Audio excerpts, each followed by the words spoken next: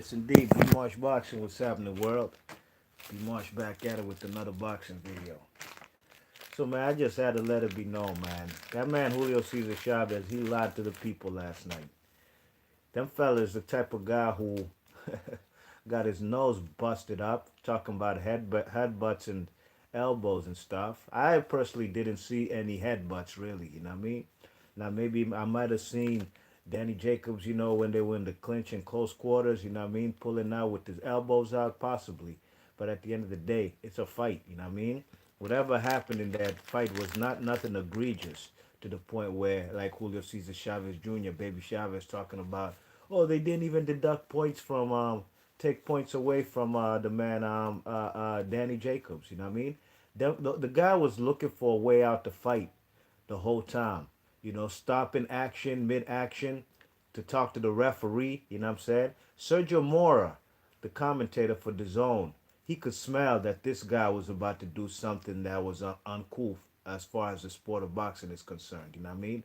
And sure enough, and he was pretty disgusted, Sergio Mora, the Latin snake, him himself being a Hispanic or Mexican American descent, and that guy from East Los Angeles, you know what I mean?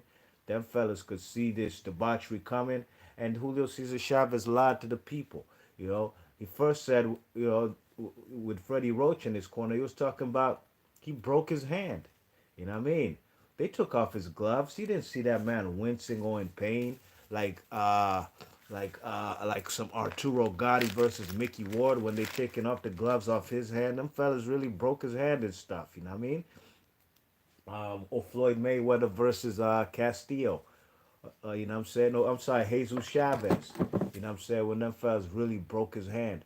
But Chavez was talking about he broke his hand, but in his post-fight interview, when they finally caught up to him, not in the ring, because there was all kind of flying objects being thrown at the man's head.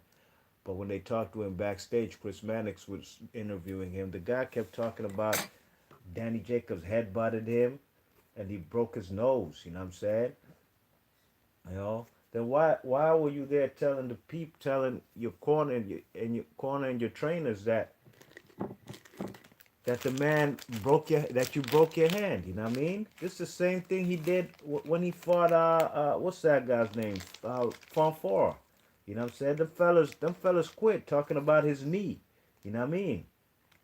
You see, you can't believe nothing this guy says. That's why whatever happened last night happened as far as the crowd throwing stuff at him. This guy was in a good fight, man, and it was about to be a very good fight. I even gave him rounds 4 and 5, you know what I mean? The last couple rounds. You check it, I had it 3-2 Danny Jacobs' way by the time this guy quit. And this guy did nothing to redeem himself.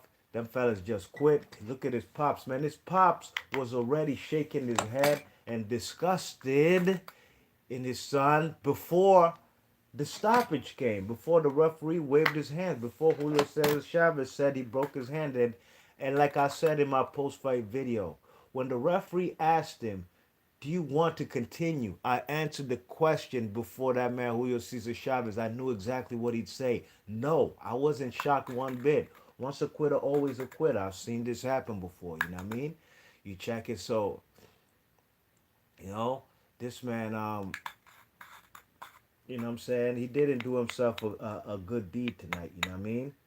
You check it, he didn't serve himself well by quitting, especially in front of that Mexican contingent over there in Arizona, man.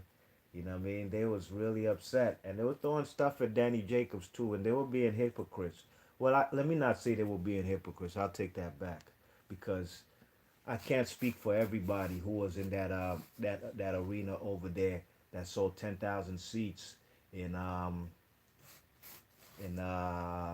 Phoenix, Arizona, because sure, there were flying objects being thrown at Danny Jacobs, and I like how Danny Jacobs said, "Man, I'm from Brownsville, never ran, never will." Them fellas did his post fight interview right there in the ring. They were covering him for a long period of time with the cards, the ring cards. You know what I mean? You know how the ring cards be massive. Like some big kind of like posters and stuff. They were covering him with that up until he finished doing his interview, and he said, "Never ran, never will. I'm from Brownsville," and I like how Danny Jacobs, when he seen Danny Jacobs quit and the referee waving it off, he jumped up on the ropes and the crowd was booing him. And then Danny Jacobs was telling the crowd, "Man, that's your boy. That's your boy." So, oh man, it was definitely an entertaining fight, entertaining night of boxing. I could honestly say, besides the Anthony Joshua KO when he got battered by Andy Ruiz in the first fight, this was my second favorite event so far on the zone. You know what I mean? Might be my first, to be honest. You know, but to be honest, I'll probably say it's my second because when AJ was getting battered and just getting dropped and mollywopped all over the ring, it was shocking.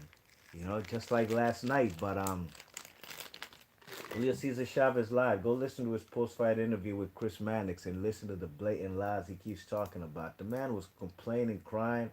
He had a translator. Man wouldn't even let the translator speak because he's there just yapping his mouth, crying, talking about he got headbutted. You didn't get headbutted, man.